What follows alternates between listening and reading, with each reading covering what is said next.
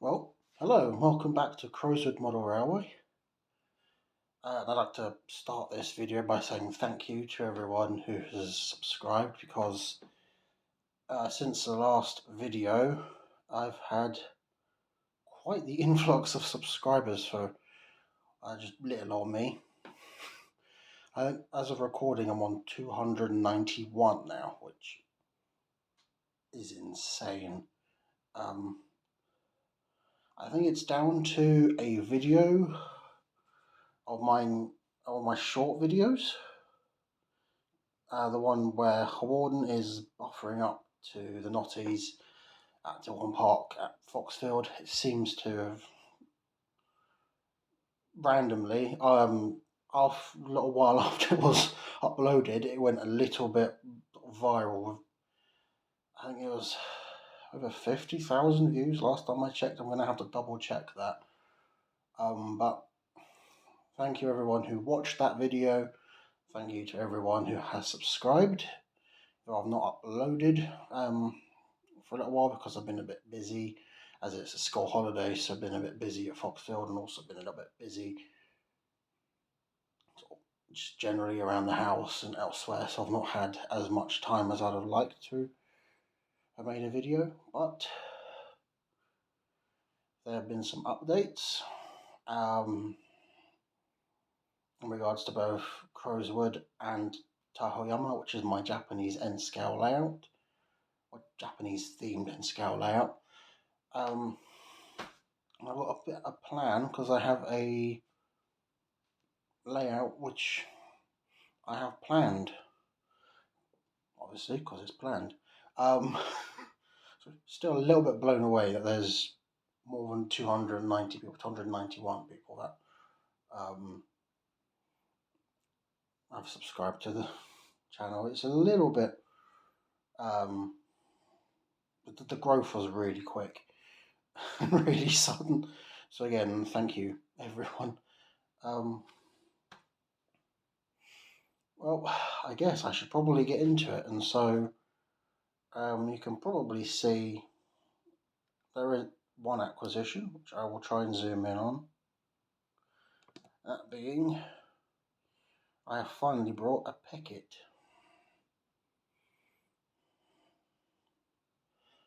This is Westminster, which I am not sure which number it is from the Picket Works, but this particular one was built in 1914 for the War Department initially, and then it was eventually sent up to the Blue Circle Portland Cement, which is how this one is presented in model form. And I think eventually it went into some collieries, and I believe it's preserved. Well, I don't know if it's in running condition at the moment. What I'll do is I'll zoom in as best I can. I'll bring the engine closer so we can have a bit of a better look at it. Right, so she's on the back of my loco cradle, so she can get a bit closer and you can see some of the detail. Yeah, this is a case of Hornby getting it right. When Hornby gets it right, they get it bang on. It is a lovely, lovely engine. There's so much cab detail. Try to show the, would like to focus, maybe easy to zoom in on it, but the sort of around here is the Portland Cement Blue Circle. Is really well done. There's a builder's plate. There's a very nicely printed nameplate, if it wants to focus on the nameplate instead of, I don't know what it's trying to focus on. Let's try focusing on the, there we go, it's a bit better. It's a little bit of semi-automatic focus.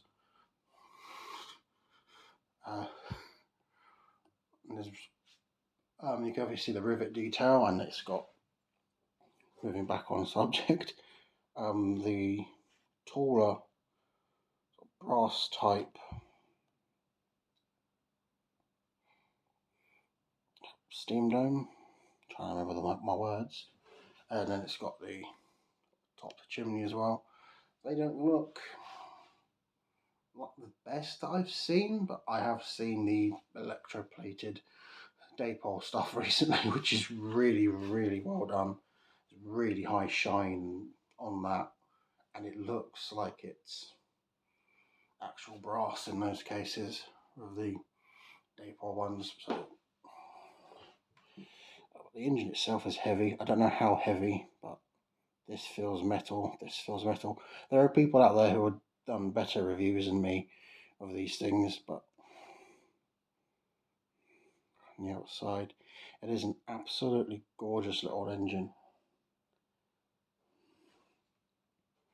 There are Peckets at Foxfield, but there are no 060 Peckets.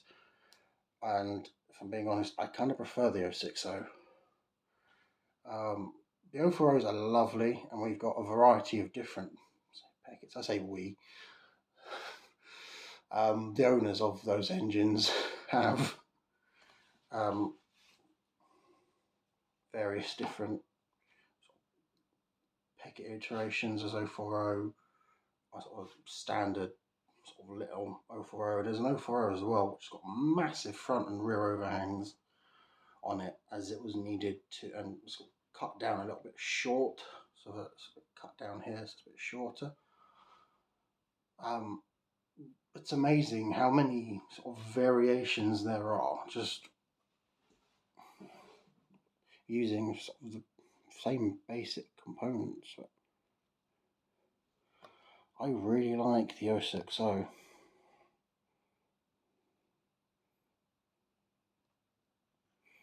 I've only just noticed while moving it around, but a little lump,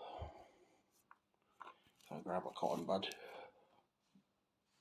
here-ish in the cab, that's coal coming out of the coal bunker, because the coal bunker doors are open, so the fireman's going to shovel coal in. I had this engine about a week and a half, and I'm still spotting new things.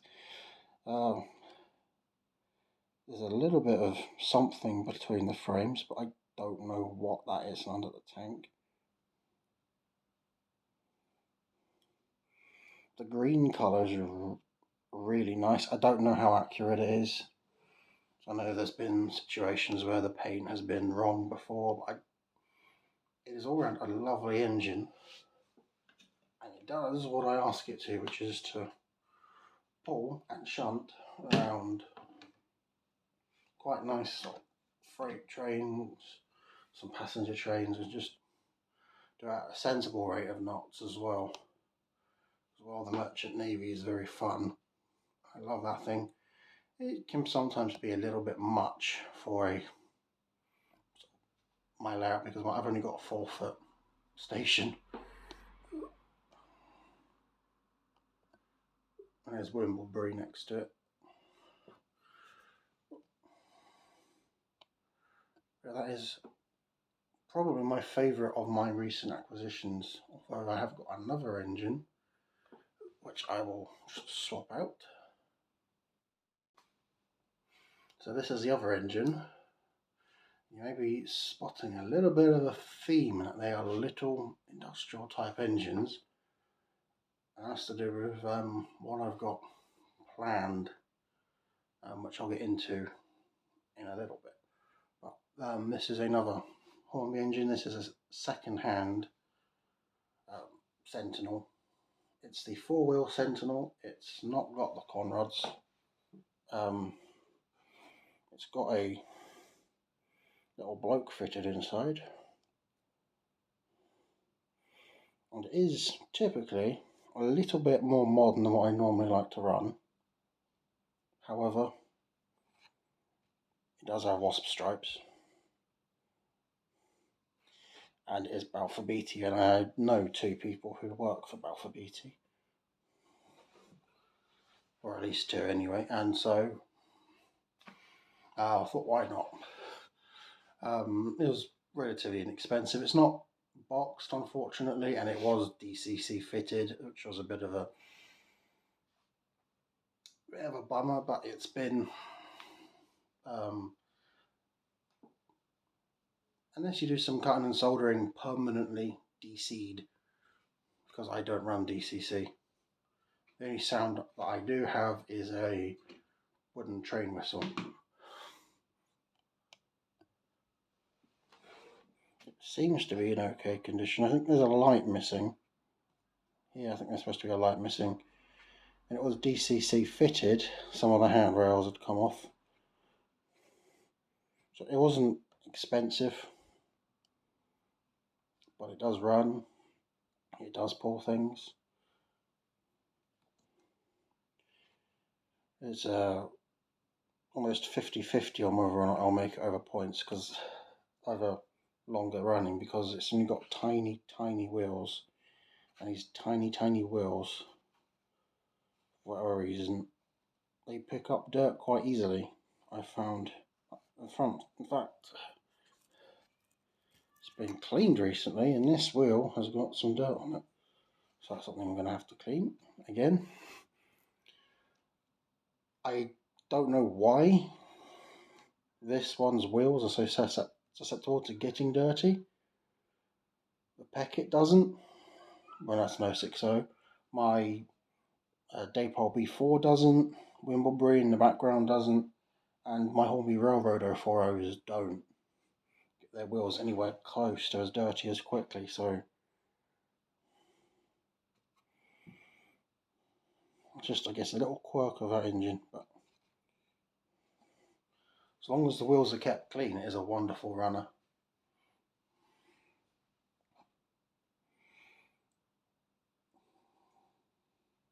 This front coupling is a little bit of a bodge, because being unboxed, it had the plate fitted here to complete the wasp striping, but what good's a shunter if you can't push and pull both directions? So that piece came out, and then there's that gone in. I'm not sure if I've shown it since, but I got an Enduro 40 because, again, there is a bit of a plan, but this is just a diesel 040 with wasp stripes. I think it's pretty cool. And so, I'll continue on the 00 theme before I do the end scale out, and I will now go into what I've got planned, essentially, as a next project, or projects. Okay, so as you can see, although one of them is blocked off by the Western signal box, I have got, so I'll just move the brake there, 4 Sachs assault vans. One I already had, I think it was about £8-9 second hand. I found another one in my local shop, which is the Hobby Goblin, and that was £9 again, so I picked that up. Not thinking too much about it. When I got them home, or got the second one home, I can sort of had a quick look. I said, I could put them in the goods yard just for a bit, and they had different running numbers. And so I had a thought, well, what if I can get 1 or 2 more that also has different running numbers? And so I've got 4 Sachs assault vans, all with different running numbers. This one is factory weathered. I might, using a Humbrol rust acrylic, just rust up the lower chassis on these, so they blend in a little bit better, although I'll keep the engines pristine, and build an industrial type layout, sort of with a large aspect of it being a small Sachs assault plant. So I can get the Metcalfe factory and industrial buildings, like the warehouses, a boiler house, small factory, and they've recently announced a new old factory kit, which looks quite interesting. That can be put as a standalone building or as a low relief type building. and that's due out in November. So I've got some sort of things I can play around with, and downstairs I've got a little bit of space that's going to be opening up because I'm going to be moving my book cabinet into my bedroom, and I've got a chair which I'm going to be bringing upstairs so I can run the N Gauge layout on something better than a beanbag, and that will free up space where I can then fit a small-ish industrial theme layout. It will be no longer than 8 feet. It'll probably be 7 foot at the absolute maximum, and I can't really go past 2 foot. So 2 foot is probably going to be a little bit too wide. So instead, it's going to be about foot to foot and a half ish. Very somewhat simple. Few sidings, a local area. I might try and see if I can get so I have a brewery this side and then a salt plant this side, like where some sort of plant, factory area, industrial area within a town that's been built up. For some reason, the salt and the beer or cider is close together. Hopefully it'll couple up okay. It hasn't quite coupled up okay, dipole couplings, but the Peckett can shift them no problem. The Peckett can shift more than this, no problem. But sort of moving it all around is... I have to think of how to do a fiddle yard, and I've got an idea for that. I'm trying to figure out the wiring, because it's going to be a little bit more complicated than Rosewood and Taihouyama, as they're both essentially loops with bits sticking off them. So the dipole couplings hook has not gone onto the Peckett, so I'm going to pause and then couple up properly. Okay, it's coupled up. Tweezers come in handy.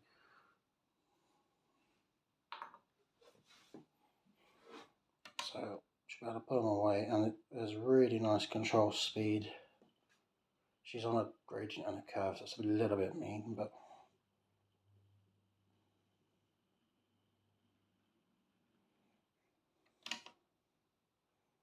I think this is my quietest 060 shunter as well. It's my Hornbeat 08 and J94, or Onslaught Austerity, are quite loud, whereas this is really quiet. That's 50% power, but I'm getting distracted. So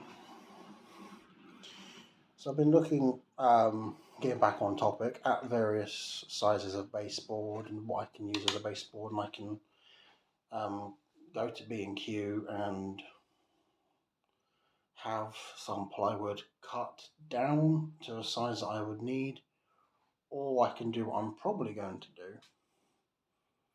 That's buy some sort of unit of some sort. Think a long television unit, or a unit which would run along the wall, display cabinet, dresser, something like that. That's about 2 feet or so tall, that I can then put on top of that 4 meter long B&M Bargains floating shelves, much akin to, not exactly like what those are on.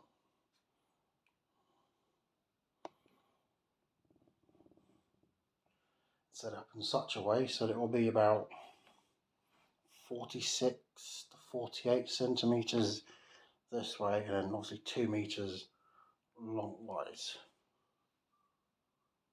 That will give me plenty of space, including space for some sort of fiddle area, an off-scene area, so I can have, for example, the B4 can push in its consist, shunt them around, and then move off scene, either by itself or something else, or it can go to a water tower, water crane, as the Peckett is currently at a water crane.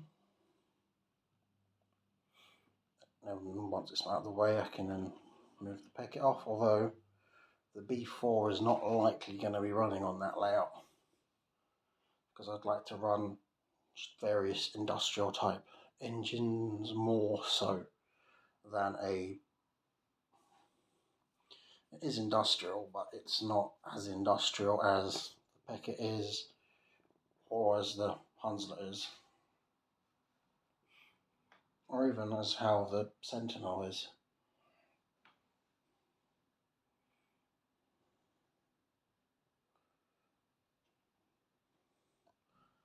So I'll probably take it downstairs once in a while. And something's developed a squeak. I'm not sure what, but I'll have to check all the bearings on the coaches, on the wagons and brake van. So that's one of my upcoming projects. Another upcoming project I've got to do, well, I say I've got to do, I'm wanting to do and I'm looking forward to, is the layout in the Foxhill Railway shop. Because at the moment, if you've been there, you think it's quite a basic layout at the moment. The idea is to turn it into something a bit more interesting and a bit more complicated to bring in. Hopefully, if anyone's just walking past the shop, they'll see it and they'll be drawn either to look at it, to interact with it. Hopefully the kids will get more enjoyment out of it, even though they're not going to be able to sort of get their hands on the board as easily, because there'll be a sort of perspex sheet going up to help protect it, and it will be mostly just one running line, which due to the space will be a first radius, but I'll be using predominantly 040 type engines, as there's currently a Smoky Joe, and I'll be using things like this Holden 101 as a test bed as I'm building it to make sure everything works.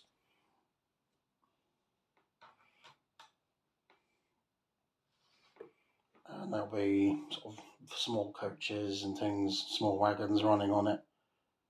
I'm not entirely sure how exactly I'm going to do it yet. I've got some track plans, but I need to sort of actually take stock of what I've already got and go from there, as well as see what is available track-wise in the shop. And I'll just set these two off. There we go. I can go off on a journey while I ramble on.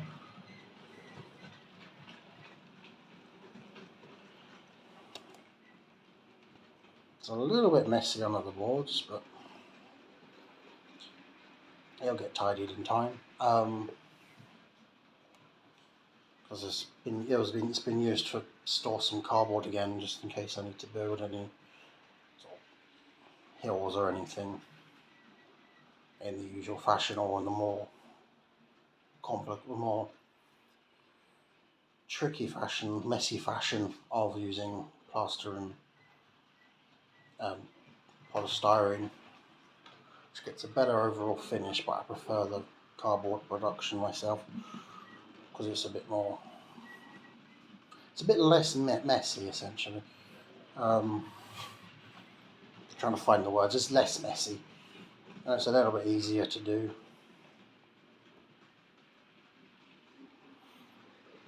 So that B4 does run wonderfully slow.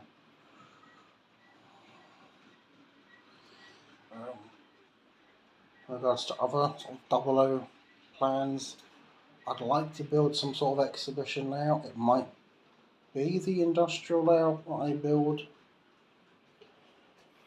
It might end up being portable enough that it can be put into a car should the DVLA get back to me and say yes, you can drive again. I'll wait and see what they say. They're taking a long time to figure that out, but that's government for you.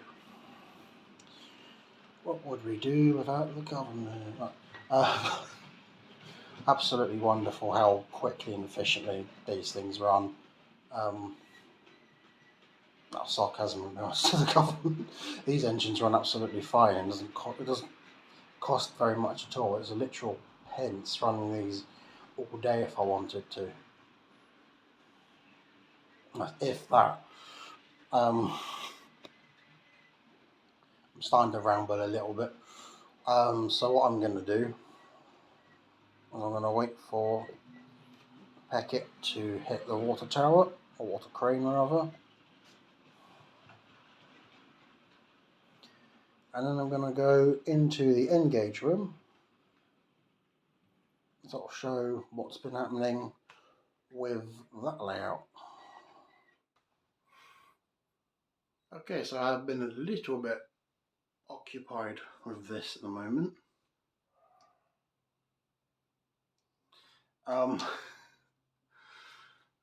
Still not finished. Then again, these things are never finished. Crowswood isn't finished. I've still got stuff to do there. However, it is definitely getting there. You know, the plaster on the wall, that's where I had a little bit of a slip. While putting the plaster cloth down, I did learn a lot building this layout, much like I did with building Crowswood. And just underneath there is the chicken and pig farm narrow gauge layout. Do apologise. The narrow gauge layout was the first layout I ever properly built, and it taught me quite a bit. Taught me that ballasting is a right pain, especially with 9mm track, and so this layout is not ballasted properly. I apologise if you can hear that dog outside somewhere, I don't know where it is. I'll just send the canary coloured 103 around. Probably a little bit too fast. So this kind of hides it a little bit, temple area, and then it'll come around.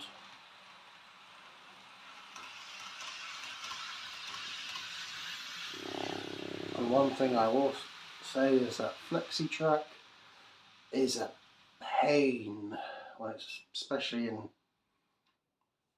N Gauge. I don't get along with it in 00. I don't know why I thought it'd be a good idea to do it in N, but I did, and it's a little bit of a pain. That said, the loop's complete, the track is all down. It's not ballasted properly, and this area isn't ballasted. It's a bridge made out of mostly Metcalf card.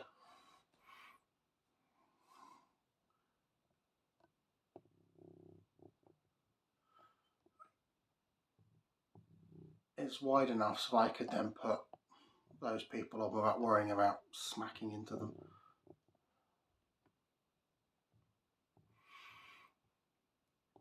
But trains run on it in both directions.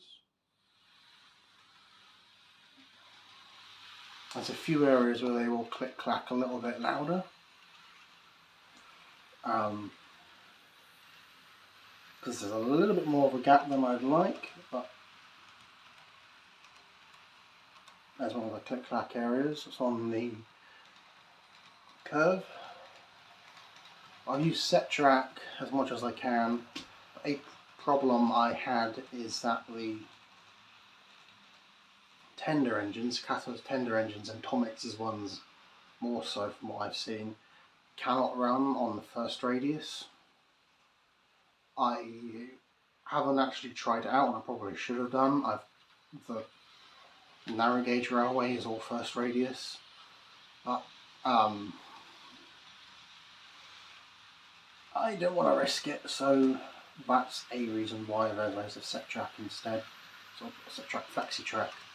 So it'll streamline medium radius points because that's something that tender engines will run on, as well as these multiple units will run on sort of tighter than first radius, as will the C11 tank engine, which is a 264 side tank. They'll all run absolutely fine on first radius, so a little bit tighter. Class 33 runs on first radius, but the tender engines, I'm going to assume it's a bit of a drawbar, because wheel arrangement wise they're fine, and the engines themselves, I'm assuming it's tender drawbar, they won't like first radius.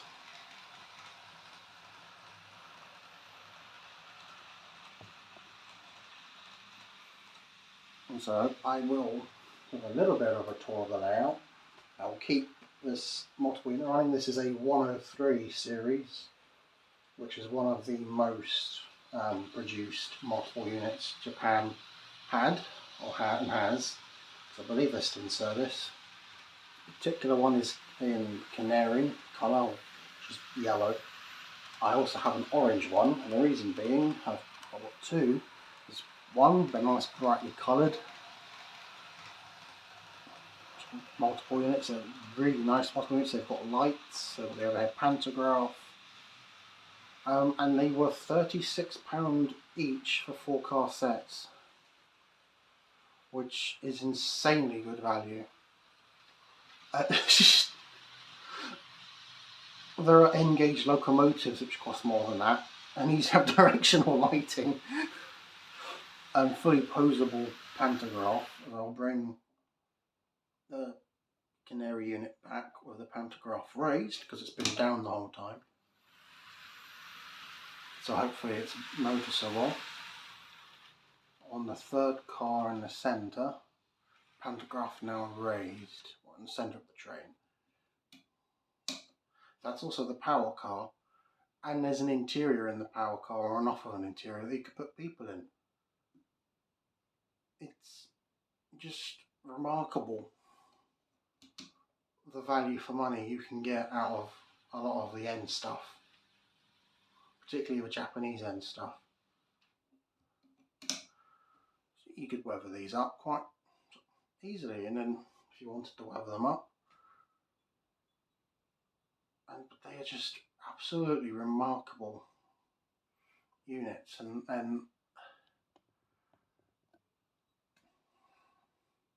so I've got the orange one. The orange one's next to it in platform 2. And so what I'll do is I'll give a little bit of a tour of what's been done and what's planned here. Okay, so this is the area that is currently the next for me to work on. What I'm looking at getting is a small apartment block, sort of small 4 sort of apartments on it, as I'm having it here as a sort of an area for workmen.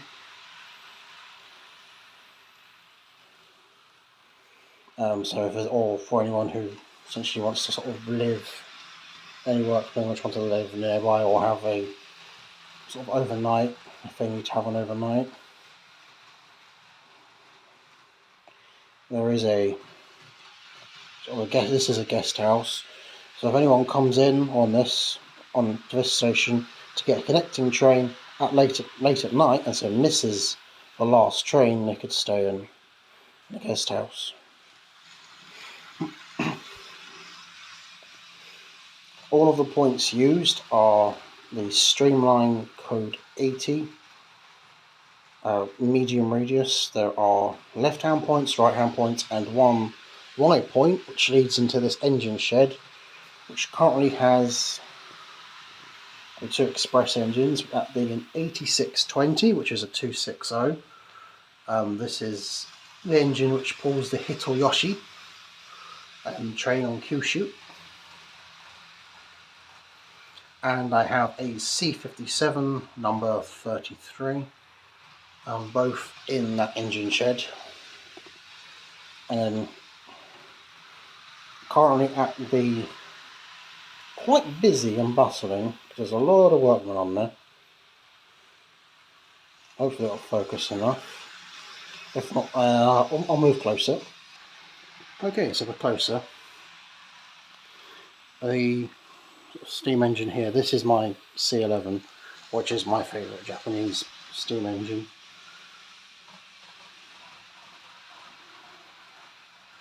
You can probably hear the click-clacks in a few areas.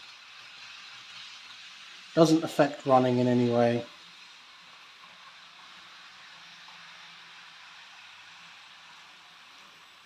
Just because I'm not the best with the flexi track. But you can probably see there is a very Japanese locomotive next to this and on the layout in general, and that would be, if you would like to focus, a Class 33 Network South East livery, which is a very Japanese locomotive. Put into the water tower, as we were saying, water tower siding. She's on and off just for illustrative purposes. Front bogie is not quite on right.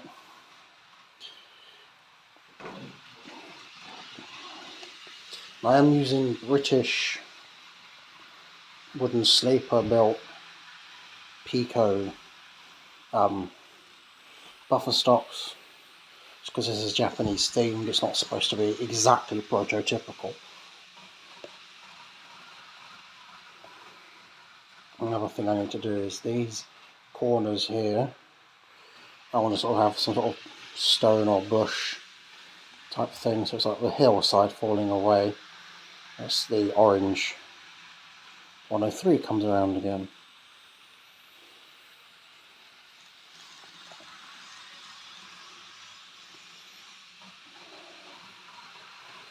In regards to also wanting a barman building here, depending on how big it is, I might actually get two, because that's a big space, or I might have a sort of a park area or some trees to sort of conceal the loco shed area away from the passengers or the people that would be walking around further up on the scene. And the orange unit's coming down again. Hopefully you can see the headlamp. So the headlamp's at the top, and then at the back there's two tail lights. They're extremely small, but they are there. Right, on to the next little thing.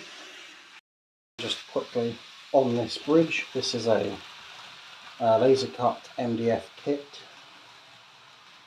And when I put it into one bridge and painted it red, as that's the same colour for quite a few of the bridges I've seen, especially the Hitoyoshi route or train. Along that line there's a single line red bridge which has this sort of style, which then leads into sort of more like the girders on that bridge where the orange unit is.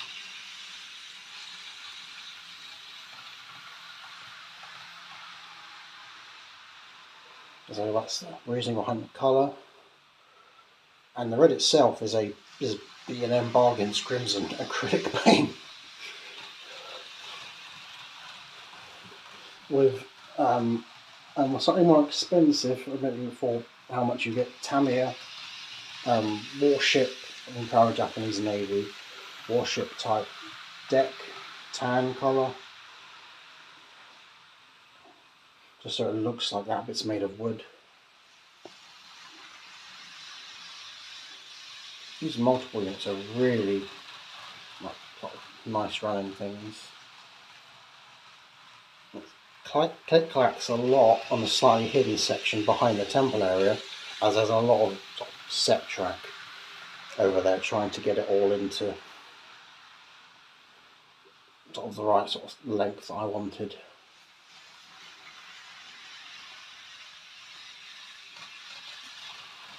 The click clacks are quite nice though.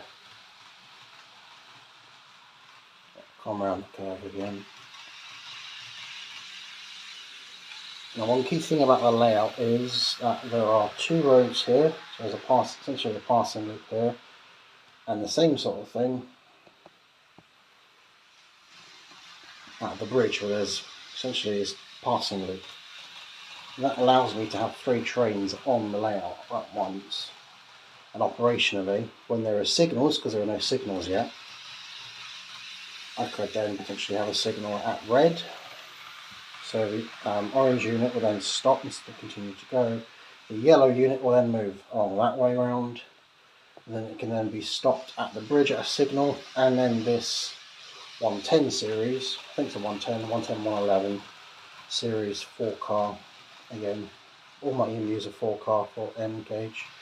Will then move off and come into this platform where the yellow, the Canary 103 is. And at the same time I can have engines stored in the locomotive shed or locomotive house area. And there's currently a single signal station over there, and there's going to be another one placed between that cherry blossom tree and this wooden sort of staff building, so they'll be around here-ish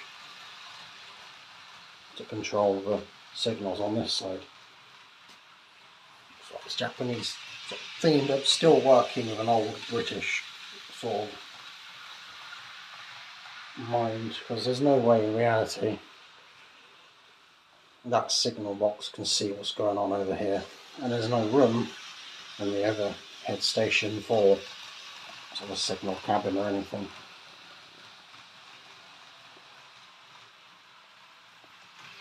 As we're here, there's a road which comes up. It's not perfectly flat, but it's okay. It comes up, and then there's sort of car parking, a melon bread shop.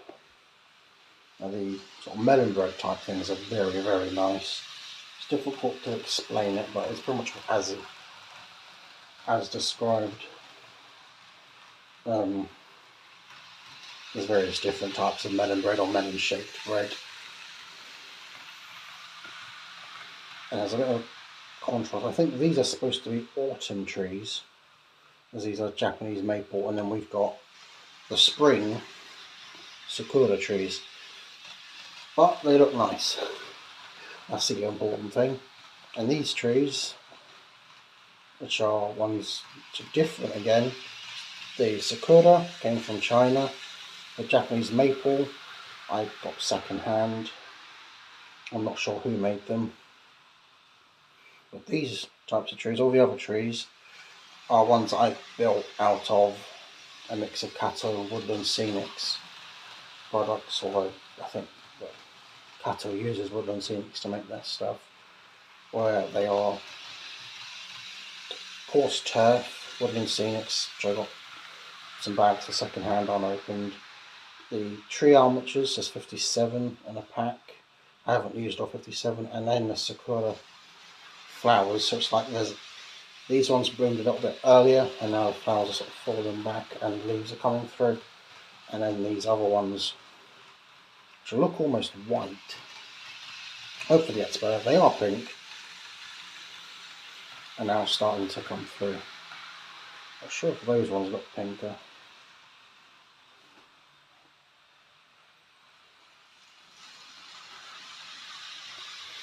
Right, what I'm going to do is I'm going to move up to the temple area.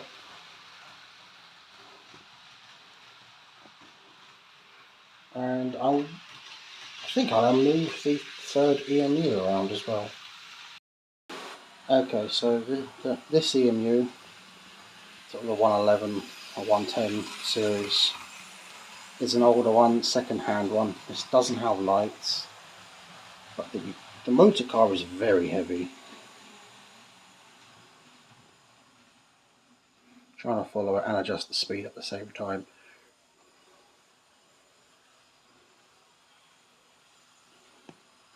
And this also kind of demonstrates a little bit more because I've got the canary, platform 1, the green and orange coming out platform 2, and then the bridge is the orange.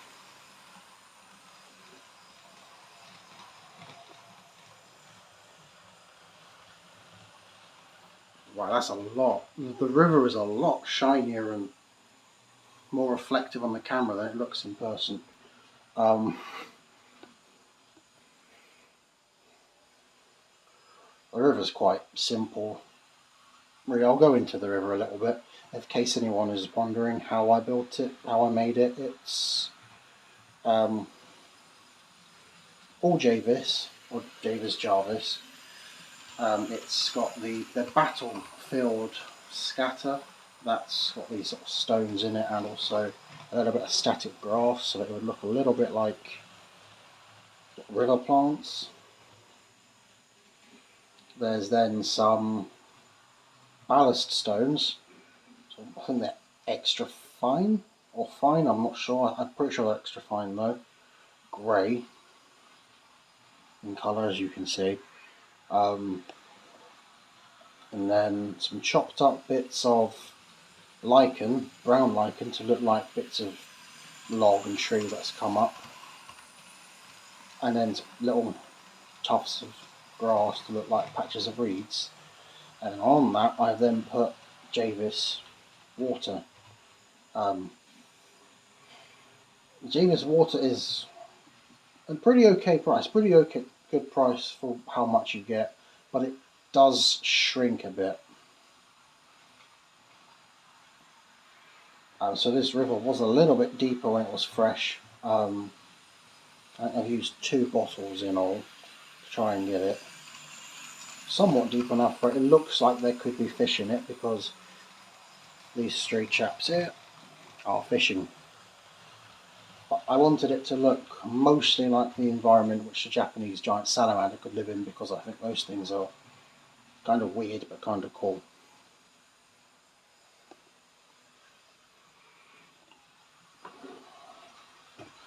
And as you can kind of also see the rock face I've tried to do, hopefully it looks convincing enough. It does to my eye anyway. It's made out of plaster cloth over polystyrene, which I've cut with a hot wire cutter. I did wear a mask and look in the window for that. And I also closed the door to this room because next door is obviously where my animals are, so I don't want them to get poisoned. It's alright if I get poisoned, it's not alright if they do. So after cutting that polystyrene down and put plaster cloth over it, and then some polyfiller on top of that. Once it's dry, obviously wait for each bit to be dry before you put the next layer on. It's then painted, mostly with grey paint. It's again B&M Bargains paint, and this time it's their poster paints, not what I normally use, because I usually use this type of stuff. Well, I think the packaging's changed on it recently, so it's a bit of a different looking logo, but I couldn't find any white, so I used the poster paints instead. And I think it looks alright. It sort of matches the colours, it blends in enough. And I put in a few areas some plants trying to grow through it. So there's some lichen and also some scatter. It's almost like there's plants trying to grow through the side of it. And of course that then continues all the way around this area, as if it's been carved out of the rock face to allow the trains to run by. Or even could have been something else which had carved it out long before then. It could just be erosion. And then this is the temple area, which starts off scene like the road and the river do. So there's a climb, so a path coming up. There is a chap, I think he's walking down. Some people here. So the fisherman would have had to walk up here to get there, and his friends would have hopped this little bit. And I should state, with the water, give it at least 3 days to dry before you do anything else to it. That's a little addendum I just remembered. Back onto the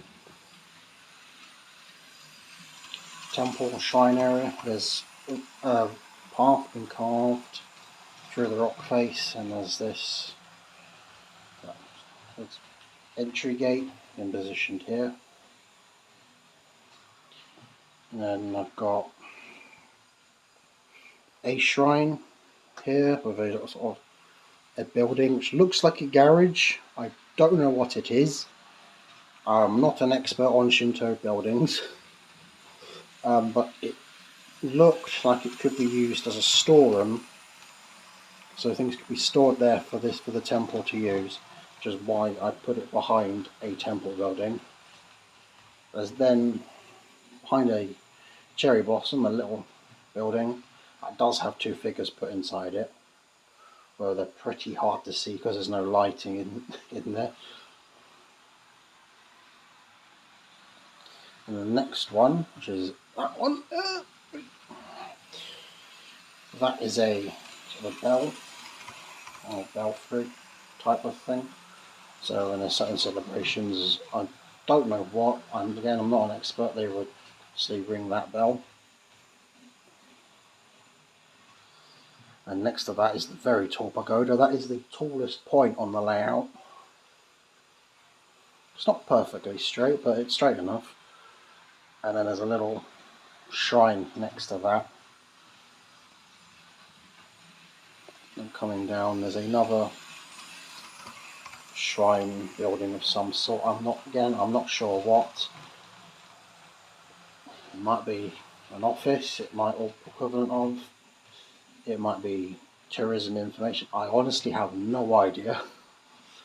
On the other side, there is a bloke standing outside it in a traditional outfit, and then I've got these 2 buildings, which one is a soba building, the other is a tea house. I cannot remember which way round it is. I struggle reading kanji, so I can't tell you, unfortunately, but someone who does speak Japanese hopefully will be able to tell you which way round it is, and would recognise what these buildings are as well.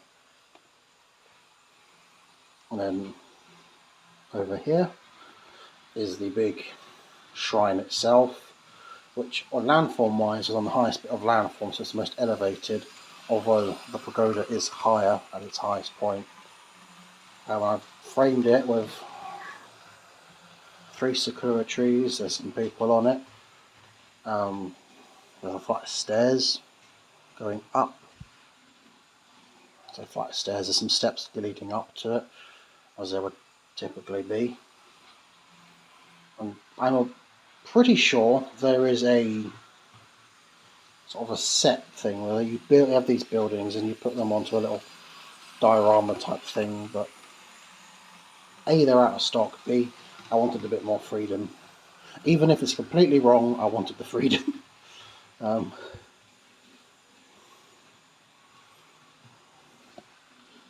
course, it ever rocks and just sort of cliffside then falls down beyond that. And I've got some trees on this curve area, so emu's coming along now. And I'll go between the trees a little bit. Most of them are pine, but there is one which is one of the sakuras, which I'll try and show. And again, just when I was sort of not paying attention, slipping while playing with plaster, I recommend if you're going to do plaster and stuff, pay attention. Fortunately, it's only plaster and it'll be easy to wash off, because this is paint meant for a bathroom, and I paid for the paint anyway.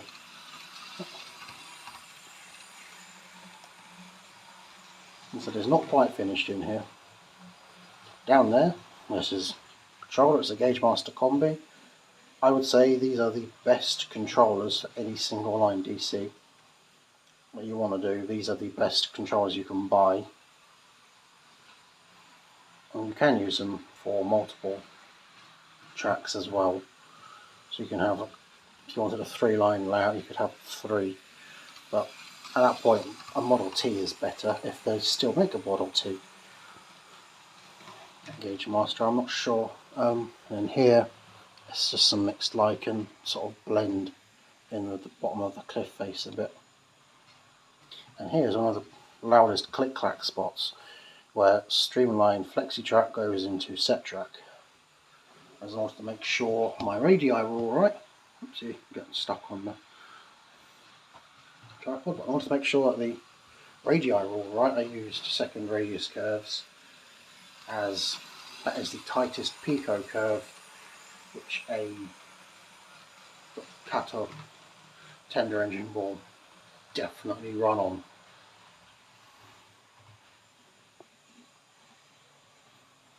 Swing around.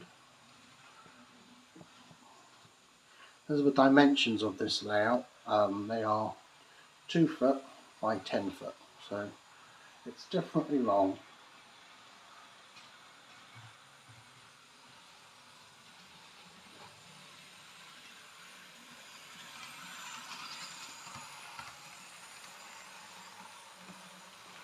The scale of most of it is 1 to 150 as well. Japanese N is between British N and American and German European N.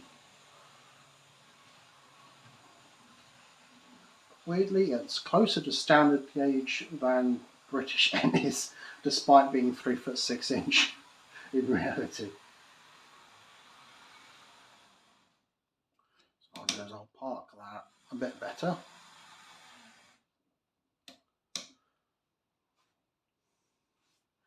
There is one thing as well which is very Japanese. There is another very, very definitely Japanese thing on the layout, which you can probably see. It is nice and green. So it wouldn't be a layout built by me if it didn't have some sort of south-down vehicle on it. And this one's going to Worthing, and it is extremely lost because the bus beside it, or behind it rather, is going to be between Osaka and Kyoto. So yeah, I don't know how they ended up on the other side of the planet, but yeah, we need a south-down bus on here somewhere.